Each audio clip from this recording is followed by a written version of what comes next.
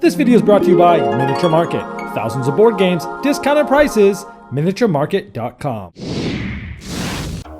Hello my friends, it's the Game Boy Geek here. Today we're going to be walking down a path, looking at some beautiful pagodas in the scenery, but it's not just any path. Today we're going to be walking down Sensei's path.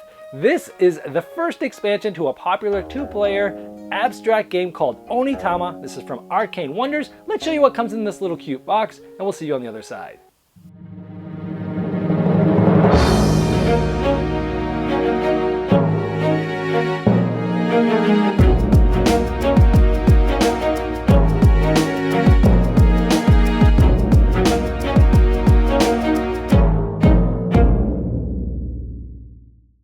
Here we have the box for Onitama Sensei's Path. It has one of those magnetic closings, and when you open it up, inside you have 16 new cards to play the game with. Now, if you don't know how the game's played, go ahead and watch my review, which will teach you how to play it. This just adds 16 new cards with new variability to mix it with your game. Now, the top two, the fox and the dog, are basically mirror images of each other, so are the sea snake and the viper new moves. And the sable and the otter are essentially mirror moves of each other, and the mouse and the rat as well. Give you a second to look at this. The tanuki and the iguana are mirror images of each other, and the bear and the panda are mirror images of each other. And here the phoenix and the turtle are mirror images of each other. I like those ones, they're kind of wide moving ones. And the Kirin and giraffe are two completely different ones from each other, but these are some of my favorite ones. This one I love to be able to jump far up, kind of like a knight in chess. This one can be sneaky as well. But these are my four favorite in this set, and that's pretty much it. That's all they are, is just new cards, but they do add a lot of variability to the game.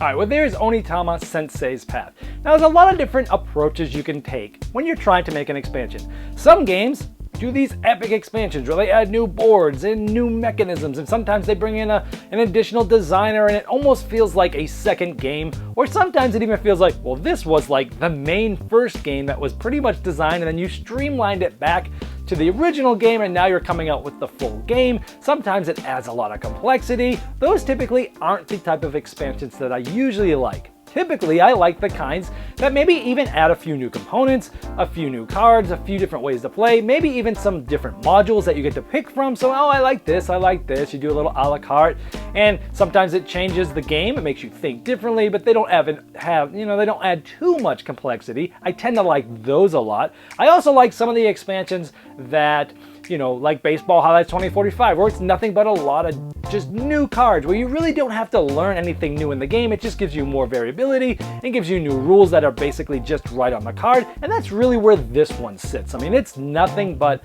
new cards. Now, it does double the amount of cards that's in the base game, so that's cool. So really what this expansion does is add a ton of variability. Now, even with the base game, and granted, I'm going to be honest here, I've probably played the base game no more than 20 times, because it is a shorter game. I've been able to play it that much. But never have I really felt like, man, I wish we had different cards. Oh man, I'm tired of seeing this combo come up, because you're only playing with 5 of the 16 cards, and so every game, sure, you might have some of the same cards in the different games, but you're never really going to have, or not very often anyways, going to have like the same combination. And even if you did, the game is probably still very good. So I never felt like oh man, I need more variability, but this does add that, and I still think that's cool, because now you'll have a little bit longer to actually, learn the game, and every game is really gonna feel different. I really like that this did not add any complexity.